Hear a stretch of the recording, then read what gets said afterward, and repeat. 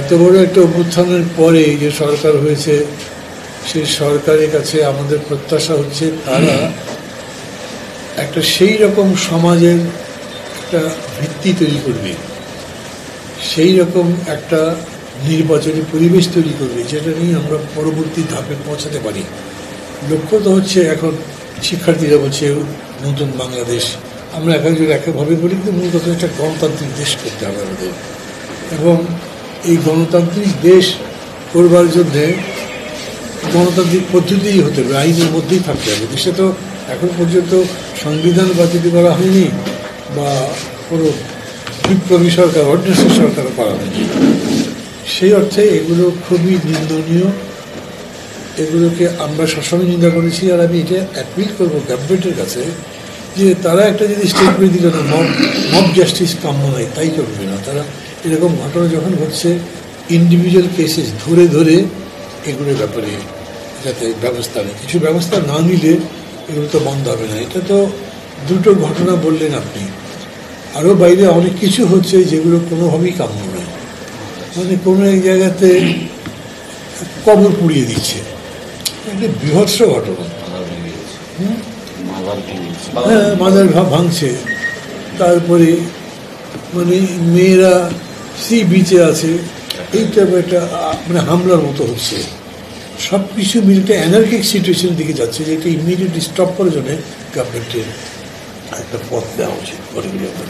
আমি তো একটা কথা বলি যে আমাদের মিটিংটা তো শুরু হয়নি, কিন্তু তারপরেও ইতিমধ্যেই যেমন বিপ্লবী ওয়ার্কার্স পার্টির সাধারণ সম্পাদক সাইফুল সাহেব আসছেন, জেএইচডির সাধারণ সম্পাদক শহীদুদ্দিন মোহাম্মদ স্বপ্ন আছেন, ওনাদের senior vice president Siraj Mia আছেন, নাগরিকের সাধারণ সম্পাদক শহীদুল্লাহ কায়সার আছেন, আমাদের কেন্দ্রীয় কমিটির সদস্য হ্যাঁ আব্দুল রাজ্জাক আছেন। ওনারাও একটু একটু বলবেন। আশুলিয়া সহ সাভারে গার্মেন্টসের সমস্যা হচ্ছিল, পুলিশ তো নাই, ইন্ডাস্ট্রিয়াল পুলিশ তো নেই, আর্মি আছে ঘুরে বেড়াচ্ছে, তাদের ম্যাজিস্ট্রেট বডি অ্যারেস্ট করতে পারে না, ইনফ্যাক্ট কোনো অ্যাকশন নিচ্ছে না। তখন গার্মেন্টস মালিকরা বলেছিলেন যে যদি তারা অ্যাকশন না করে তাহলে এদেরকে থামানো যাবে না, এটা বোধ হয় পুষ্কারি রাখা আছে। তখন সরকার একটা সিদ্ধান্ত নিয়েছিল যে আর্মিকে একটা ম্যাজিস্ট্রেসি পাওয়ার দেওয়া হবে। আমি মনে করি এটা দেওয়ার পরে আর্মি এরকম কোনো বাড়াবাড়ি করে যে জোর করে গ্রেপ্তার করছে বা নির্যাতন করছে, কিন্তু এইটা এবং তার সাথে সাথে বিজেপি মিলে যে উদ্যোগটা নিয়েছে তাতে আশুলিয়াতেও 20টা কারখানা হচ্ছে এখন বন্ধ আছে, সেটা আবার এক এক কারণে, বাকিগুলো সবই চালু হয়েছে। আমি মনে করি যে এই পদক্ষেপে মানে খুব বিরোধিতা করবার কিছু নেই, তবে এই পরিস্থিতিটা নিয়ন্ত্রণে এসে গেলে সামরিক বাহিনীর হাতে ম্যাজিস্ট্রেসি পাওয়া না থাকাই ভালো মনে করি, যত তাড়াতাড়ি এটা তারা নিষ্পত্তি করতে পারে।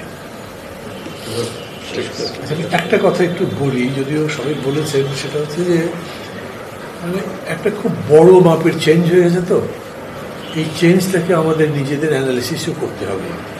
আমরা লড়াই করেছি ফ্যাসিবাদের বিরুদ্ধে, সেই লড়াই জয়যুক্ত হয়েছে প্রথম পর্যায়ে। দ্বিতীয় পর্যায়েটা একেবারেই একটা থিওরিটিক্যাল ইন্টেলেকচুয়াল লড়াই, মানে সংস্কার করবে, সংস্কার বিষয়টা ইটসেলফ এটা খুবই মানে সমাজকে বদলাবো বাই লজ বাই কনস্টিটিউশন, অন্য সব কিছু মিলে এই লড়াইয়ে মেধার দরকার, মেধার চর্চার দরকার।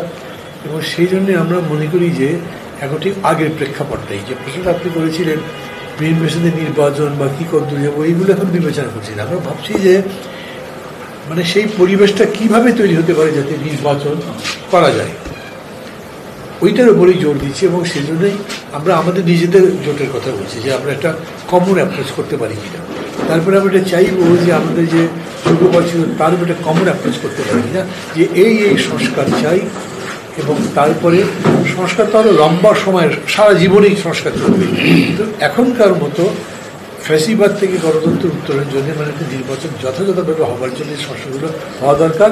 সেই সংস্কারের ব্যাপারে আমরা যৌথভাবে কাজ করি। এখন এরকম না হলে মানে বিএনপিতে নির্বাচন করবো কী করবো তো পরের প্রশ্ন আসবে, সেটা বাদ দিচ্ছি না। তবে এই মুহূর্তে আমাদের কোনো যুগপথ আন্দোলন নাই, সেরকম কোনো কেস নাই।